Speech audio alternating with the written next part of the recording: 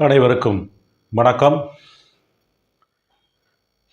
தமிழகம் முழுவதும் உள்ள அனைத்து வாகன ஓட்டுநர்களுக்கும், அமைப்புசாரா தொழிலாளர்களுக்கும், அனைத்து வகையான உழைக்கும் வர்க்கத்திற்கும் எனது இனிய பொங்கல் நல்வாழ்த்துக்கள்.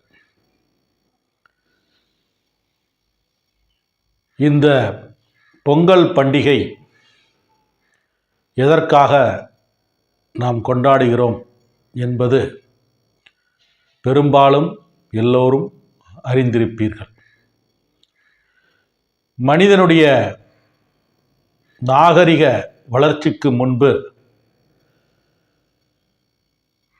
மனிதன் தன்னுடைய உணவாக எடுத்துக்கொண்டது காய்கனிகளையும், தான் வேட்டையாடி தன்னுடைய பசிக்காக வேட்டையாடி கொண்டு வரும் மிருகங்களையும், அதைத்தான் அவன் உணவாக எடுத்து கொண்டு வந்தான். அவனுடைய தேடல் அதிகமாக ஒரு தேடலின் மூலம் கற்களை உரசி பார்த்தான். 2 கற்களை கொண்டு உரசி பார்த்தவுடன் அதில் நெருப்பு பீரிட்டது.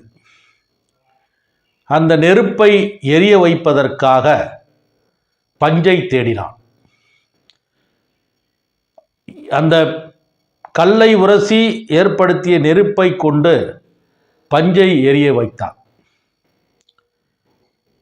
இந்த பஞ்சு எரியும் என்று தெரிந்தவுடன் தான் வேட்டையாடும் மிருகங்களை நெருப்பில் வாட்டி உணவாக எடுத்துக்கொண்டான். பின்பு அவனுடைய தேடல் அதிகமாக பயிர் செய்ய தொடங்கினான். உழவு தொழில். இந்த பயிர் செய்ய தொடங்கியவுடன் ஒரு மனிதனுடைய தேவை எந்த அளவு இருக்கும்? அவனுக்கு தேவையான உணவு, அவனை சார்ந்திருப்பவர்களுக்கு தேவையான உணவு, அதுபோக மீதம் இருக்கின்ற உணவுப் பொருட்களை மற்றவர்களுக்கு கொடுத்து வந்தான். இப்படி அவனுடைய தேடல் அதிகமாக மனிதனுடைய தேவைகளும் அதிகமாக இருந்தது.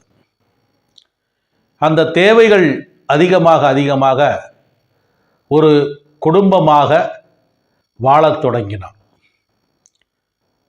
ஒரு ஆண், ஒரு பெண். அந்த ஆணுக்கும் பெண்ணுக்கும் பிறக்கின்ற குழந்தைகள், அந்த குழந்தைகளுக்கு பின்பு திருமணமாகி அந்த குழந்தைகளுக்கு வரும் வாரிசுகள், இப்படி தொடங்க குடும்பம் பெரிதாக அவனுடைய தேவைகளும் அதிகமானது. அந்த தேவைக்கேற்ப ஒவ்வொரு தொழிலாக மரத்தில், காட்டில் பட்டுப்போன மரங்களை வைத்து அதில் சில பொருட்களை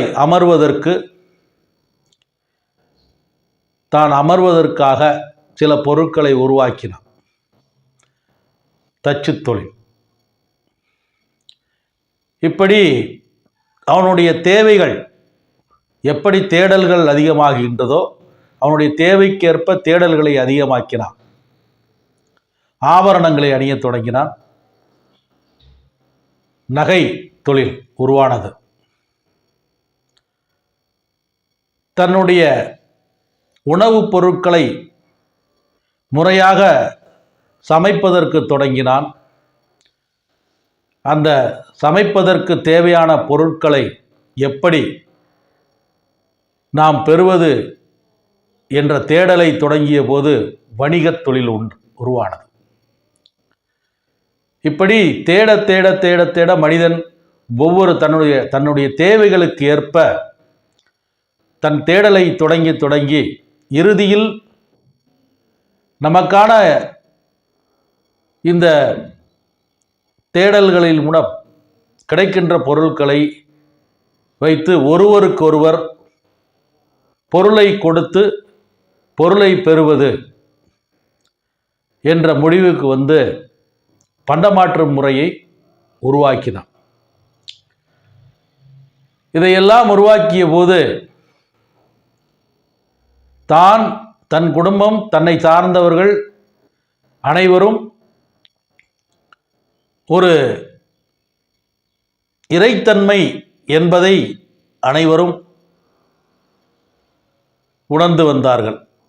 அந்த இறைவனுக்காக ஒரு இடம் வேண்டுமே என்பதற்காக கோவிலை உருவாக்கினார்.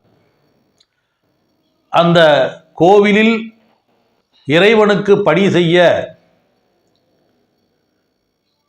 ஒரு பிரிவை ஏற்படுத்தினார். அந்த பிரிவு இறைவனை வழிபடுவதற்கு, இறைவனுக்கு தேவையான பணிவிடைகளை செய்வதற்காக அந்த பிரிவு செயல்பட்டது. அதுபோல தன்னுடைய தேவைகளை எடுத்துக்கொண்டு தன்னுடைய தேவைக்கேற்ப ஒவ்வொரு தேடலையும் உருவாக்கி மனிதன் நாகரிகமாக வளரத் தொடங்கினான். அப்படி வளர்ந்து தன்னை செதுக்கி மனிதன் முன்னேறத் தொடங்கினான். இப்படி முதலில் மனிதன் கண்டுபிடித்த தொழில் உழவுத் தொழில். இந்த உழவுத் தொழில்தான் முதன்மையானது. ஏனென்றால் உணவில்லாமல் ஒரு மனிதனால் வாழ முடியாது. அந்த உழவு தொழிலுக்கு நாயகனாக இருப்பது சூரியன். அந்த சூரியனுக்கு நன்றி தெரிவிக்கும் நாள்தான் இத்தை திருநாள். சூரியன் உழவு தொழிலுக்கு எப்படி உதவுகின்றான்?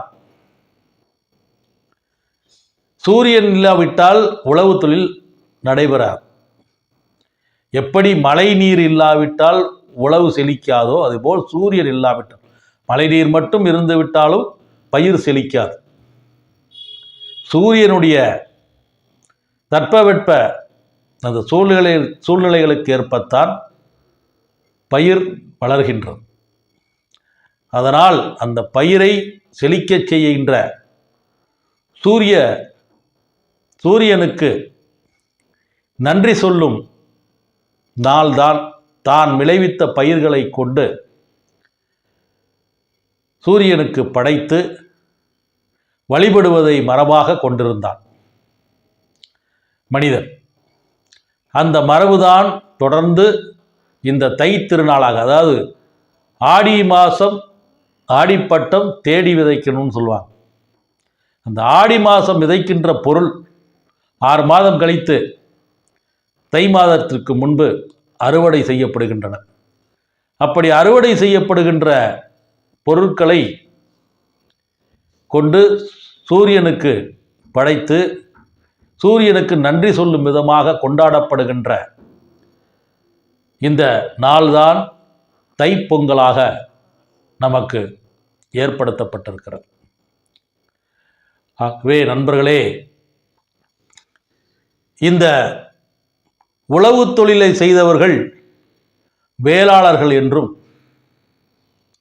தச்சு தொழிலை செய்பவர்கள், கொல்லர் தொழிலை செய்பவர்கள் தச்சர்கள் அல்லது கொல்லர்கள், நகை தொழில் செய்பவர்கள் கொல்லர்கள் என்றும், மரவேலைகளை செய்பவர்கள் தச்சர்கள் என்றும், இப்படி ஒவ்வொரு பிரிவாக உருவாக்கி அந்த பிரிவுகள் தான் இன்று ஜாதிகளாக பிரிந்துள்ளது.